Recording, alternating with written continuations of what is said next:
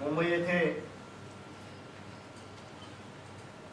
कुरेशी बिरादरी व शेतकरी सर्व व्यापाऱ्यांनी जे महाराष्ट्र बंद पुकारलेला आहे त्या संदर्भामध्ये आज मुंबईमध्ये पत्रकार भवन या ठिकाणी आमच्या सर्व मुस्लिम अभ्यासू सिनियर सर्वांनी या ठिकाणी एक प्रेस कॉन्फरन्स आयोजित केलेली आहे। त्या संदर्भामध्ये मला वेळ 2-3 मिनिटाचा दिल्यामुळं बाकीचे काही लोक बोलणार आहेत। आम्हाला राज्य सरकारला एवढं सांगायचं आहे की आजची जी परिस्थिती आहे या फक्त कुरेशी समाज त्यांनी बंद पुकारलाय असं या राज्य सरकारनं न समजता या महाराष्ट्रातल्या सर्व शेतकरी बांधव, मुस्लिम बांधव किंवा शेतकऱ्यामध्ये, आता शेतकरी बांधव म्हणल्यानंतर फक्त मुस्लिम समाज किंवा मराठा बांधव नाही, सर्व जाती धर्मांचे शेतकरी आहेत। सर्व शेतकऱ्यांचा प्रश्न आहे। हा जो प्रश्न आहे राज्य सरकारनं हे गांभीर्यानं घेणं गरजेचं आहे की हा प्रश्न सहज घेण्यासारखा नाहीये। आता सांगितलं आमच्या सिनियरनी, इसके गंभीरता से लेना चाहिए।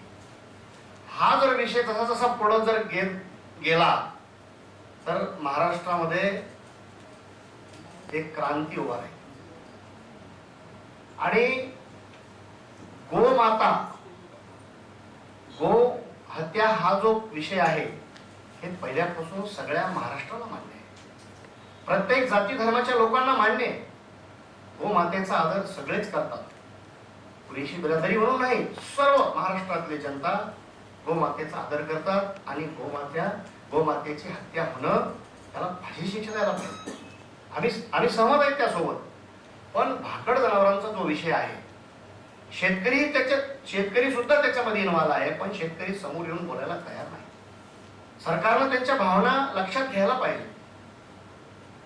आमच्या राज्याचे मुख्यमंत्री असतील, दोन्ही डिप्टी सीएम असतील, जनता सगळ्यात जास्त साहेब शेतकरी अपेक्षेनं पाहतोय या राज्य सरकारकडे, पण त्यांच्या तोंडातून निघत नाही। शेतकरी फार परेशान आहे। भाकड जनावर साहेब आज एका आता सोलापूरच्या काही ते गोरक्षक आणि ते बजरंग दलच्यांनी काही बाईट दिली, आता ते मी पाहिली काल, तर ते माझे बंधूंनी असं सांगितलं की म्हणले ते भाकड जनावर जे ते समजा म्हशी आहे, दुधांचा तुटवडा आहे, दूध महाराष्ट्राला खूप लागतंय। दूध तर सगळ्यांनाच लागतंय ना, दूध सगळ्यांना लागतंय। तुमच्या बोलण्याच्या पाठीमागं काय आहे राज्य सरकारला बी कळतंय, प्रत्येक शेतकऱ्याला समजतंय।